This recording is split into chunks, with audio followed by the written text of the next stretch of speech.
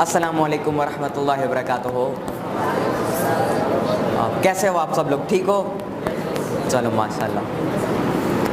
انگریزی کا ایک لفظ ہے دی ریزوریکشن، جس کا مطلب ہے کہ مردوں کا دوبارہ زندہ ہو جانا. اب دیکھیں، مردوں کا دوبارہ زندہ ہو جانا ایک ناممکن کام ہے کہ نہیں ہے؟ ناممکن کام ہے نا، مردوں کا دوبارہ زندہ ہو جانا.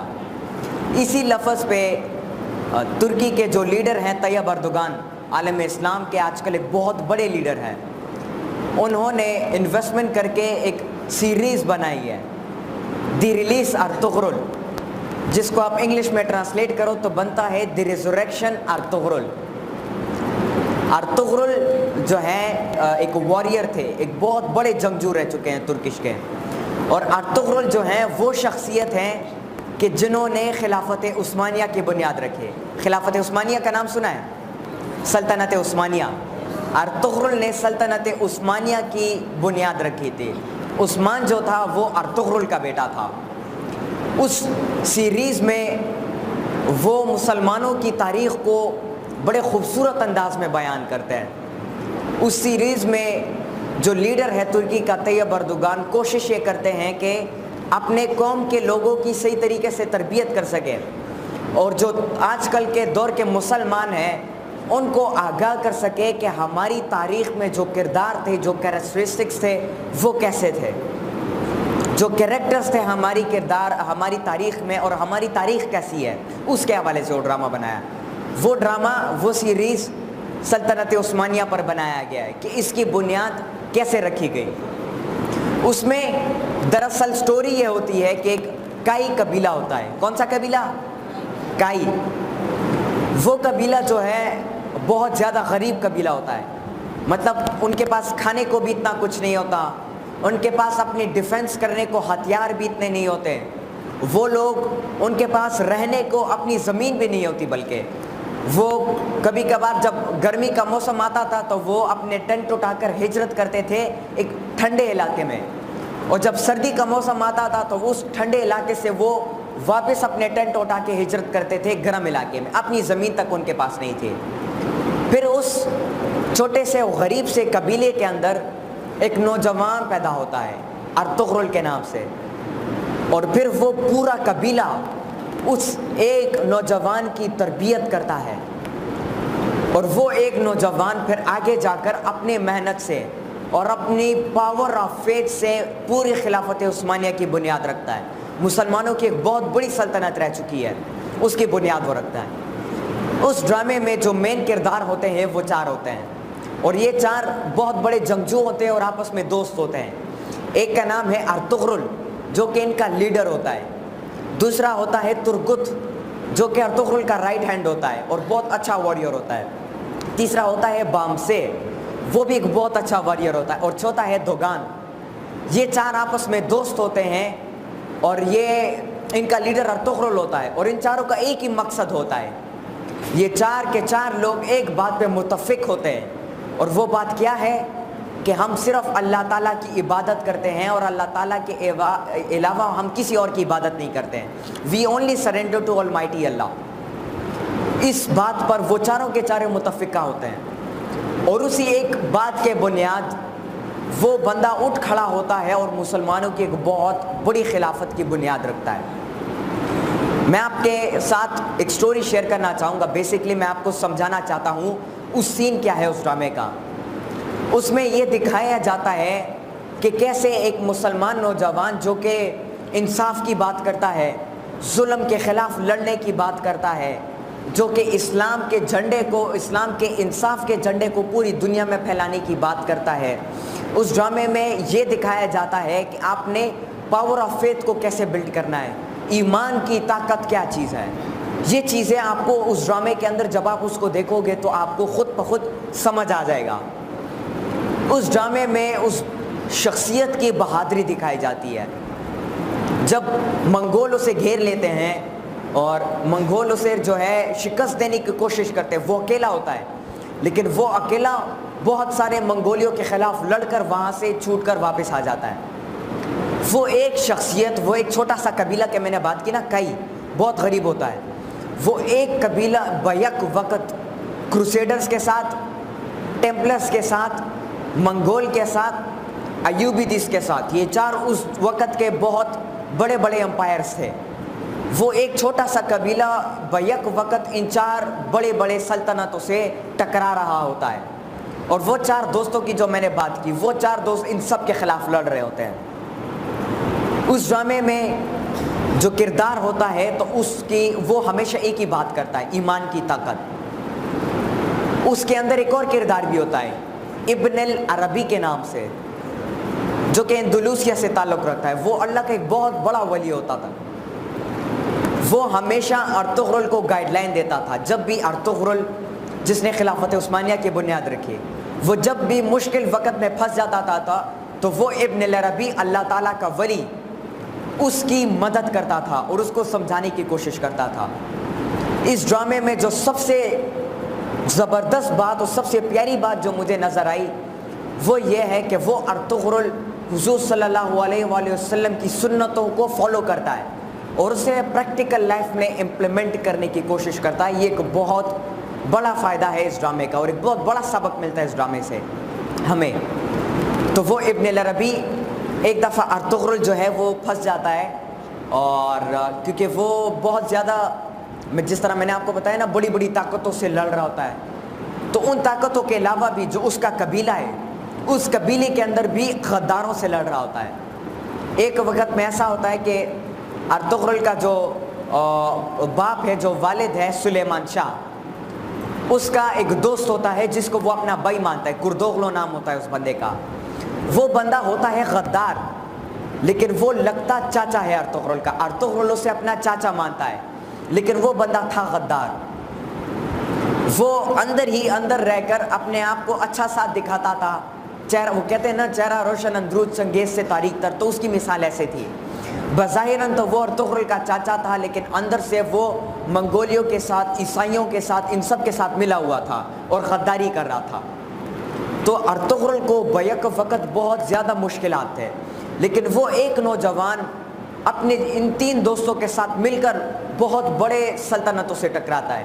وہ 4 دوست مل کر جو ہیں کراچا حصار، ایک قلعہ تھا کراچا حصار جو کہ عیسائیوں کا تھا، وہ 4 دوست مل کر اس قلعے کو فتح کرتے ہیں۔ پھر وہی 4 دوست مل کر سوگوت، جو کہ ترکی میں ایک علاقہ ہے، وہاں پر ایک قلعہ ہوتا ہے جو کہ بغاوت پھیلا رہا ہوتا ہے ارطغرل کے خلاف، مسلمانوں کے خلاف، کیونکہ عیسائیوں کا اور جو منگول تھے ان کا یہ ماننا تھا کہ ترکی اور خاص کر مسلمان یہ جب آپس میں متحد ہوں تو پھر ان کو دنیا کی کوئی طاقت نہیں گرا سکتی، لیکن جب ان کو آپس میں لڑوایا جائے تو یہ ایک دوسرے کے گلے کاٹ کر ایک دوسرے کو ہی مار دیتے ہیں۔ تو یہ ایک بہت بڑی خامی تھی ان کی، وہ عیسائی، وہ غدار اور وہ دشمن ان مسلمانوں کی اس ویکنس کے اوپر کام کر رہے تھے، لیکن ارطغرل اکیلا ان آرمیز کے ساتھ لڑ رہا تھا۔ کس چیز کے بنیاد پر اب وہ لڑ رہا تھا، یہ بات سمجھنی ضروری ہے کہ کیسا ایک اکیلا انسان فیصلہ کرتا ہے اور ایک چھوٹا سا قبیلہ فیصلہ کرتا ہے اور جا کر مسلمانوں کی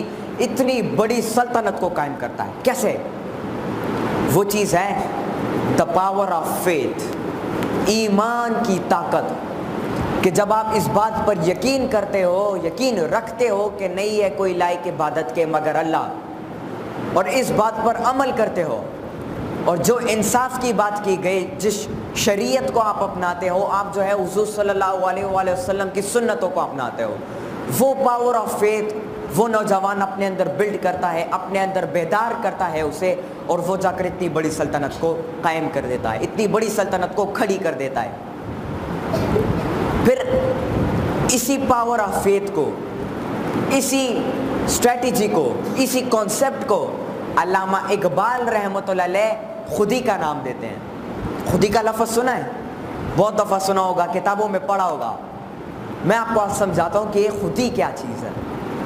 جس طرح میں نے بتایا کہ اسی ایمان کی طاقت کے کانسیپٹ کو علامہ اقبال نے خودی کا نام دیا، کہ آج جب آپ اپنے آپ کے اندر کی کوالٹیز کو ظاہر کرتے ہو، بلکہ اپنے آپ کو ظاہر کرتے ہو اور اپنی خودی کو بیدار کرتے ہو۔ دیکھو خودی کو بیدار کیسے کیا جاتا ہے، اور پھر اس خودی کی حفاظت کیسے کی جاتی ہے۔ فار ایگزامپل آپ دودھ والے ہو، آپ کو پتہ ہے کہ میں جب دودھ میں پانی ڈالوں گا تو پانی ڈالنے سے دودھ زیادہ ہو جائے گا اور میں زیادہ کمانے لگ جاؤں گا، لیکن آپ یہ سوچتے ہو کہ نہیں، کوئی نہیں دیکھ رہا لیکن اللہ تعالیٰ تو دیکھ رہا ہے۔ یہاں پر آپ کی خودی کی حفاظت کی ہوتی ہے۔ جب آپ کے سامنے اربوں کربوں ڈالر رکھ دیے جائیں آپ کے قدموں پر اور آپ کو کہا جائے کہ آپ پاکستان کی بات چھوڑ دو، آپ اسلام کی بات چھوڑ دو، لیکن آپ اسے ریجیکٹ کرتے ہو، تو یہاں پر آپ کی خودی کی حفاظت ہوتی ہے۔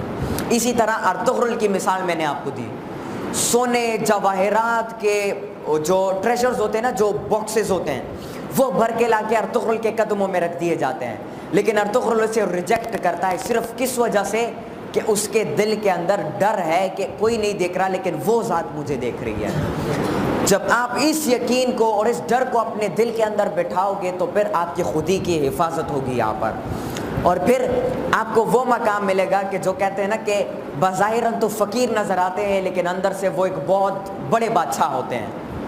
پھر آپ کو وہ مرتبہ ملتا ہے، پھر آپ کو وہ مقام ملتا ہے، پھر آپ کو وہ مقام ملتا ہے جس کی اقبال رحمۃ اللہ علیہ بات کرتے ہیں، پرسرار شخصیت کی جس بات کرتے ہیں، پھر آپ کی اعضاء سے پوری شبستان وجود لرزنے لگ جاتی ہے، پھر آپ کے دل کے اندر ایک ہی ڈر ہوتا ہے، وہ ہے اللہ تعالیٰ کا ڈر، اور پھر آپ کو یہ حکم ہوتا ہے کہ میں نے اذان دینی ہے چاہے جو بھی ہو۔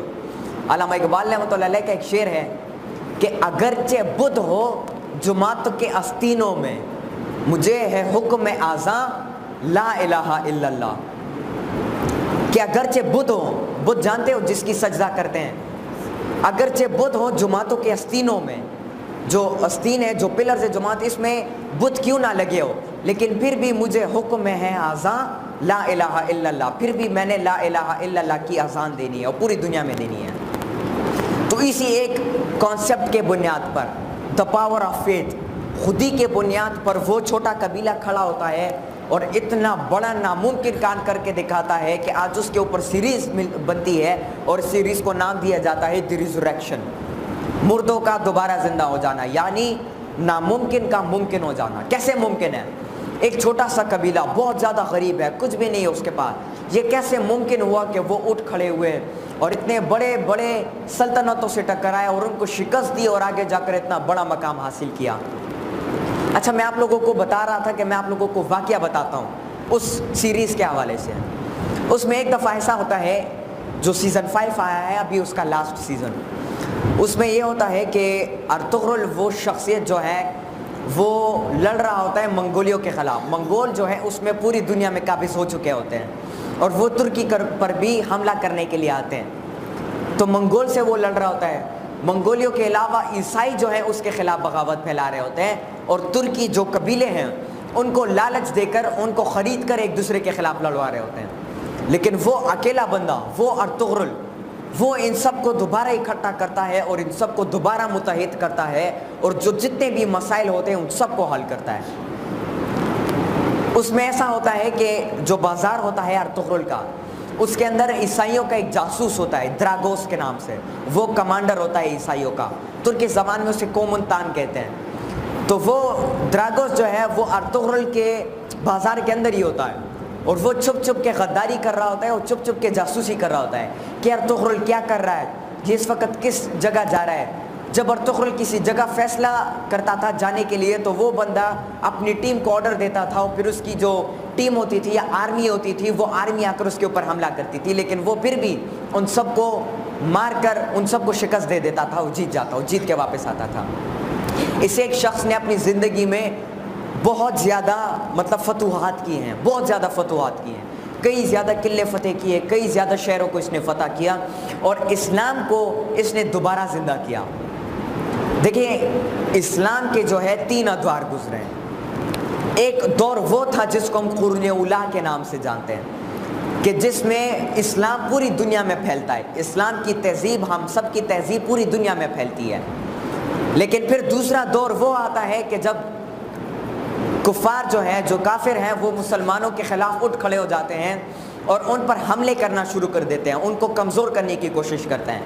وہ دور ایسا تھا کہ جس میں ہم اپنے ہی گھر کے اندر اپنی حفاظت کرتے تھے، ہم گھروں سے باہر نہیں نکلتے تھے۔ پھر تیسرا ایسا دور آیا جس میں اسلام اور جو مسلمان ہیں وہ زوال پذیر ہونے لگے، وہ نیچے ڈاؤن فال کی طرف جانے لگے۔ جس طرح خلافت عثمانیہ گر گئی 1920 میں، اس سے پہلے مغلوں کی سلطنت گر گئی، اس سے پہلے ڈھیر سارے جو مسلمان کے جو شہر تھے، جو علم کے جو شہر تھے، بغداد ہو گیا، ایسے بڑے بڑے شہر، ان کو جلا دیا گیا۔ ایک بہت بڑی درسگاہیں تھیں، ان سب کو جلا دیا گیا، مسلمانوں کی پوری تاریخ کو انہوں نے جلا دیا۔ تو وہ دور جو تھا وہ تیسرا دور مسلمانوں کی ڈاؤن فال کا دور تھا۔ لیکن اسی ڈاؤن فال کے دوران ایک شخص اٹھتا ہے، خودی کی بات کرتا ہے، اللہ تعالیٰ کے ساتھ تعلق قائم کرنے کی بات کرتا ہے، اکاؤنٹ بنانے کی بات کرتا ہے، سیرت النبی کو اپنی زندگی میں امپلیمنٹ کرنے کی بات کرتا ہے۔ اور اسی ڈاؤن فال کے دوران کے بظاہر پوری مسلمان دنیا گر رہی ہے، اور اس کے درمیان میں سے ایک ملک بناتا ہے پاکستان کے نام سے، اور اس ملک کا نظریہ پیش کرتا ہے، اور اس ملک کے نظریے کی بنیاد رکھتا ہے فلسفہ خودی پر، وہ ہے علامہ اقبال رحمۃ اللہ علیہ۔ تو آج کے دور میں اگر ہم لوگوں نے کامیاب ہونا ہے تو ہم نے اپنی تاریخ کو سمجھنا ہوگا، اور اپنی تاریخ کو سمجھنے کے لیے، سورۃ النبی کو امپلیمنٹ کرنے کے لیے، قرآن مجید کو سمجھنے کے لیے ہمیں علامہ اقبال رحمۃ اللہ علیہ کو پڑھنا ہوگا۔ کیونکہ یہ زیادہ تر سوال مجھ سے بھی ہوتا ہے کہ آپ علامہ اقبال رحمۃ اللہ علیہ کی بات کرتے ہو، آپ رحمان بابا، خوشحال خان بابا کی بات کیوں نہیں کرتے، یا ان کے علاوہ اور بڑے بڑے شاعر ہیں ان کی بات آپ کیوں نہیں کرتے؟ تو میں انہیں یہ جواب دیتا ہوں کہ علامہ اقبال رحمۃ اللہ علیہ کا کلام جو ہے وہ خود فرماتے ہیں، علامہ اقبال رحمۃ اللہ علیہ خود فرماتے ہیں کہ میرا کلام جب آپ پڑھو گے، جب اسے سمجھو گے تو آپ کو پتہ چل جائے گا کہ یہ قرآن و سنت کا مجموعہ ہے۔ تو ہمیں آج کل کے دور میں اگر ہمیں عروج چاہنا ہے، ہمیں عروج پانا ہے، تو ہمیں علامہ اقبال رحمۃ اللہ علیہ کے کلام کو پڑھنا ہوگا۔ جب ہم ان کے کلام کو پڑھیں گے تو ہمیں اپنی تاریخ کی سمجھ آئے گی کہ ہماری تاریخ میں جو بڑے کردار تھے انہوں نے کیا کردار ادا کیا۔ جب آپ اس کو پڑھو گے تو آپ کو سمجھ آئے گا ٹیپو سلطان کون تھا، جب آپ اس کو پڑھو گے آپ کو سمجھ آئے گا سلطان صلاح الدین ایوبی کون تھا، جب آپ اس کو پڑھو گے آپ کو سمجھ آئے گا کہ جتنے بھی بڑے بڑے واریئرس ہیں یا جتنے بھی بڑے بڑے کردار ہماری تاریخ میں گزرے وہ کون تھے، کیونکہ وہ قرآن و سنت سے کبھی باہر نہیں گئے۔ تو بچوں، اتنی ساری باتیں کرنے کا مقصد یہی تھا کہ میں آپ کو آگاہ کر سکوں ایمان کی طاقت کے بارے میں، کہ ایمان کی طاقت کیا ہوتی ہے اور اس کو کیسے بلڈ کرنا ہوتا ہے۔ ہم سب نے، میں نے اور آپ نے، اگر آپ نے انجینئر بننا ہے، اگر آپ نے ڈاکٹر بننا ہے، لیکن ڈاکٹر بن کے آپ نے کچھ بڑا کرنا ہے، کچھ نیا کام کرنا ہے، سائنٹسٹ بننا ہے، انجینئر بننا ہے، انجینئر بن کے کوئی نئی چیز ایجاد کرنی ہے، اپنے ملک کی خدمت کرنی ہے، اسلام کی خدمت کرنی ہے، تو پاور آف فیتھ جس کو ہم خودی کہتے ہیں وہ بلڈ کرنا لازمی ہے۔ اس کو آپ بلڈ کرو گے تو آپ کبھی بکو گے نہیں، اس کو آپ بلڈ کرو گے تو آپ کے دل کے اندر اس ذات کا ڈر پیدا ہوگا، اس کو آپ بلڈ کرو گے تو آپ اس ذات کے ساتھ ڈائریکٹ رابطے میں جو ہے ہو جاؤ گے، اس ذات کے ساتھ ایک کنیکشن آپ کی بن جائے گی جس کو ہم اسپرچول وجود کہتے ہیں۔ آپ ایک پراسرار وجود بن جاؤ گے، پھر آپ کی قیمت ہوگی معاشرے میں، پھر لوگ آپ کو عزت دیں گے اور آپ کو فالو کرنے کی کوشش کریں گے۔ آخر میں آپ سب لوگوں کو یہ کہنا چاہتا ہوں کہ ابھی سے آپ سب لوگوں نے پلاننگ کرنی ہوگی اپنے مستقبل کے حوالے سے۔